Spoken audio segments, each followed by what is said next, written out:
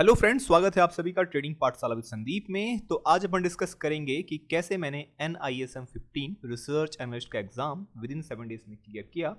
आप भी यदि सेम स्टेप्स फॉलो करेंगे तो बड़े ही आराम से क्लियर कर सकते हैं। अब ये NISM क्या होता है? तो NISM का मतलब होता है national institute of security market. और इसकी क्या स्कोप है? तो इसका स्कोप ये है कि पूरे इंडिया भर में ये वैलिड है। इसके सर्टिफिकेट्स जॉब वगैरह के लिए बड़ी आसानी होता है। यदि स्टॉक मार्केट में हम काम करना चाहते हैं तो NISM के सर्टिफिकेट्स फर्स्ट स्टेप्स होते हैं जिसके हेल्प से आप बहुत ही अच्छी अच्छी जॉब्स पा सकते हैं। जैसे कि अभी सेबी ने एक नया रूल भी लाया है कि जो लोग भी यदि कॉल्स या टिप्स प्रोवाइड करते हैं तो उनको सेबी रजिस्ट्रेशन मस्ट होना चाहिए। अगर वो नहीं करते हैं तो उनके ऊपर कानूनी कार्यवाही होती है। तो बेहतर ये है कि रिसर्च एनालिस्ट वगैरह ये सब कर लीजिए और सेबी से लाइसेंस लेके काम करेंगे तो कोई दिक्कत नहीं होगा। तो आइए अपन देखते हैं यदि अपने को एग्जाम देना है तो अपने को क्या करना होगा। तो अपने को यदि सपोज यदि एग्जाम देना है तो गूगल पे आना होगा और सर्च करना होगा NISM। तो NISM में सर्च मारेंगे NISM लॉगिन, तो आपके सामने आ जाएगा nism.ac.in। यहाँ पे क्लिक करेंगे तो खुल जाएगा। मेरा ऑलरेडी अकाउंट एक्टिवेट है तो बस मैं लॉगिन करूँगा। यदि आपका नया अकाउंट है तो यहाँ पे न्यू अकाउंट करके बनाइएगा। 24 आवर्स लगते हैं अकाउंट एक्टिव होने में। एक बार लॉगिन करेंगे तो लगभग कुछ इस प्रकार से खुल जाएगा।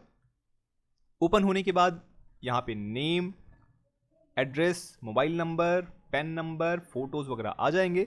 एग्ज़ाम यदि आपको देना है तो यहाँ पे आइएगा माई इनरोलमेंट पे और इनरोल फॉर एग्जामिनेशन।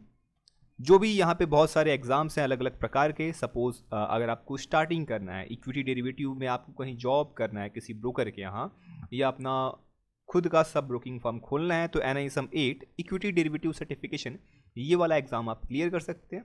मेरा ये ऑलरेडी क्लियर हो चुका है तो कोई दिक्कत नहीं। साथ ही साथ अगर आपको एडवाइजरी प्रोवाइड करना है, कॉल्स या टिप्स प्रोवाइड करने हैं, तो आपको NISM 15 रिसर्च एनालिस्ट, कहाँ गया ये रिसर्च एनालिस्ट, इसका सर्टिफिकेशन ले सकते हैं। इसका भी मैंने जस्ट अभी 20 अक्टूबर को ही क्लियर किया एग्ज़ाम और क्लियर है आराम से। साथ ही साथ आपको सपोज इन्वेस्टमेंट एडवाइजरी प्रोवाइड करनी है तो इन्वेस्टमेंट एडवाइजरी थोड़ा सा वो भारी भरकम होता है। तो उसके लिए यहाँ पे इन्वेस्टमेंट एडवाइजरी लेवल 1 और लेवल 2 इसे क्लियर करना पड़ेगा। इसकी फीस 3000 होती है। बाकी ये सबके तो 1500 ही होती हैं। आसान होता है। तो इन्वेस्टमेंट एडवाइज़र थोड़ा सा है, ज़्यादा टफ है। बाकी सारी चीज़ें ईजी हैं। मतलब थोड़ा बहुत पढ़ाई करने पे 15 दिन 20 दिन पढ़ाई करेंगे तो आराम से निकल जाएगा। ठीक है, तो अब मैं आपको दिखा देता हूँ मेरा सर्टिफिकेट्स। तो हाँ जी, ये मेरे सर्टिफिकेट्स हैं। मैंने कहाँ से क्लियर किया तो यहाँ पे आइएगा। यस, मैंने NISM 15 रिसर्च एनालिस्ट एग्जाम पास कर लिया है। सर्टिफिकेशन स्टेटस अभी पेंडिंग है, मतलब अभी अपने को मिलना बाकी है। NISM 8 ऑलरेडी पास हो चुका हूँ, सर्टिफिकेट अप्रूव हो चुका है। अगर आपको ये जानना है कि भाई क्या पढ़ें, कहाँ से बुक पढ़ें, मतलब ये NISM का एग्ज़ाम देने के लिए कहाँ से पढ़ें, तो आपको यहाँ मिलता है वर्क बुक। यदि आप एग्ज़ाम फॉर्म फिलअप करेंगे, वहाँ से जाके इनरोलमेंट से जाएंगे और वहाँ पे फिलअप करेंगे तो आपको वर्क बुक यहाँ पे मिल जाता है। वर्क बुक आप यहाँ से डाउनलोड कर सकते हैं। सेम यही वर्क बुक होता है। ये आपके सामने वर्क बुक है, 276 पेज का है रिसर्च एनालिस्ट का। टोटल नंबर ऑफ चैप्टर्स कितने हैं? तो हैं सिर्फ 13 चैप्टर्स। थोड़ा लेंदी टाइप का है। अब किसको ही पढ़ने में मज़ा आता है, मुझे भी उतना पढ़ने में मज़ा नहीं आता। ठीक है, चैप्टर्स 13 चैप्टर्स हैं। यदि आप 2 दिन में एक चैप्टर भी ख़त्म करते हैं तो 26 डेज़ या विद इन 1 मंथ बड़े आराम से क्लियर कर सकते हैं। अब मेरा ऑलरेडी फाइनेंस बैकग्राउंड है तो मैं बस 5-6 दिन में इसको ख़त्म कर दिया। ठीक है, तो बस आप भी यदि सेम चीज़ फॉलो करते हैं तो बड़ी आराम से क्लियर कर देंगे। अगर आपको वह भी नहीं होता तो आ जाइए गूगल पे सर्च मारिए NISM 8। सपोज आप इक्विटी डेरिवेटिव का एग्जाम देना चाहते हैं तो NISM 8 क्लियर सर्च मारेंगे तो आपको पूरा, एक तो ये पैसा इन्वेस्टो का आपको मिल जाएगा। अच्छी क्लासेस है, सही है, बढ़िया करके दिए हैं। या ये भाई बंगाल ट्रेडर का मिल जाएगा और बहुत सारे लोगों ने बना के रखा है वीडियोज़। बट यदि आप NISM 15 रिसर्च एनालिस्ट के लिए जाते हैं तो मैंने यूट्यूब पे सर्च मारा, NISM 15 नहीं मिला मुझे। बट मैंने खुद से ही वहाँ से पढ़ाई की। बाकी जो मॉक टेस्ट होते हैं जनरली देने के लिए, तो वो मैंने मॉक्स के क्वेश्चन ये भाई साहब के देख लिए। मॉक टेस्ट चैनल वाले काफ़ी बढ़िया है, मतलब ठीक बनाए थे। और साथ ही साथ बाकी लोगों के भी मैंने देख लिए। जहाँ से मिल जाए ये भी मैंने ख़त्म कर दिया कि जहाँ से हो पाए। फिर इसके बाद मैं गया, एग्ज़ाम दिया और फर्स्ट अटैम्प्ट भी था, क्लियर, ख़त्म हो गया क्लियर। तो याद रखिएगा, अगर आप सही करके आते हैं तो 1 नंबर मिलेगा। गलत यदि क्वेश्चन अटैम्प्ट करते हैं तो -2.25 नंबर कट जाते हैं। सही करने पे 1 नंबर, गलत करने पे -0.25 नंबर चले जाते हैं। और इस प्रकार से आपका नंबर होता है। टोटल 100 मार्क्स के पेपर होते हैं, 60 नंबर्स लाने होते हैं। तो अगर देखा जाए तो थोड़ा सा टफ है। ठीक है, टफ है, पढ़ना तो पड़ेगा। ठीक है, तो ये है अपना। तो बात करेंगे कि स्कोप क्या है सेबी रजिस्टर्ड एनालिस्ट का। तो भाई अगर अपन देखेंगे तो total SEBI registered analyst India में कितने हैं? सिर्फ 1027। कितने हैं 1027, ठीक है। बट इसमें इंडिविजुअल कितने हैं, तो इंडिविजुअल सिर्फ अराउंड 828 के करीब ही हैं इंडिविजुअल, ठीक है, बाकी सारे फर्म्स हैं। तो पूरे इंडिया भर में इतने सारे लोग ट्रेडर्स हैं और रिसर्च एनालिस्ट सिर्फ थोड़े से, मतलब यहाँ पे स्कोप काफ़ी बढ़िया है। अगर आप रिसर्च एनालिस्ट करते हैं, सेबी में रजिस्ट्रेशन कराते हैं, तो बड़े ही आराम से आप अच्छी खासी पैकेज अराउंड 1 लाख 2 लाख तक बड़े आराम से अर्न कर सकते हैं, ठीक है।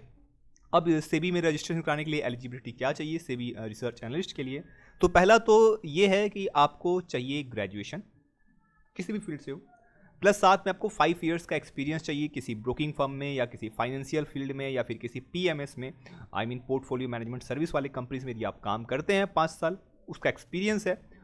ग्रेजुएशन के साथ साथ 3 साल का इनकम टैक्स रिटर्न लगेगा, मिनिमम 1 लाख रुपीज़ का नेटवर्थ लगेगा और आपका NISM 15 क्लियर है तो आप सेबी रजिस्टर्ड एनालिस्ट के लिए भर सकते हैं। ये अपना केस 1। केस 2 ये है कि आपको करना होगा, अगर आपका पोस्ट ग्रेजुएशन है अकाउंट्स में, कॉमर्स में, फाइनेंस में या फिर CA हैं, CFA हैं, साथ ही साथ आपका NISM 15 क्लियर है, तो आपको बिना किसी 5 साल के एक्सपीरियंस के आप डायरेक्ट यहाँ पे जा सकते हैं, सेबी में लाइसेंस ले सकते हैं। साथ में आपको 3 साल का इनकम टैक्स रिटर्न लगेगा, ठीक है। फीस कितनी है इसकी, तो 15,000 रुपये फीस लगती है रिसर्च एनालिस्ट के लिए, 5,000 रुपये फॉर्म भरने के लिए और 10,000 रुपये उसमें कुछ आगे प्रोसेस के लिए मांगता है उसमें। तो 15,000 में आप सेबी रजिस्टर्ड एनालिस्ट बन जाएंगे 5 साल के लिए, कोई दिक्कत नहीं, ठीक है।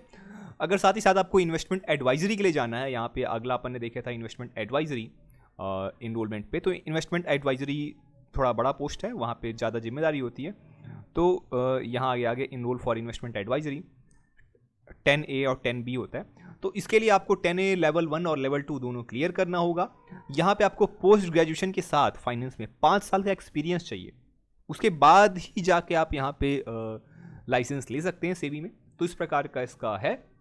तो बाकी और भी कोई जानकारी के लिए कोई इसी प्रकार का डाउट है तो आप मुझे कमेंट कर सकते हैं। साथ ही साथ यदि आपको हमारे प्रीमियम लर्निंग ग्रुप पे जुड़ना है तो अप स्टॉक, एस्प्रेसो, धन, अलाइस ब्लू ये सबके लिंक दिए हुए हैं, किसी पर भी क्लिक कीजिए और अपना अकाउंट ओपन करिए, उस पर ट्रेड करिए, आप हमारी कम्युनिटी पर जुड़ जाएंगे जहाँ पे आपको ट्रेडिंग के रिगार्डिंग काफ़ी हेल्प मिलेगी। बस, और चैनल को लाइक सब्सक्राइब करते रहिए। थैंक यू वेरी मच, धन्यवाद।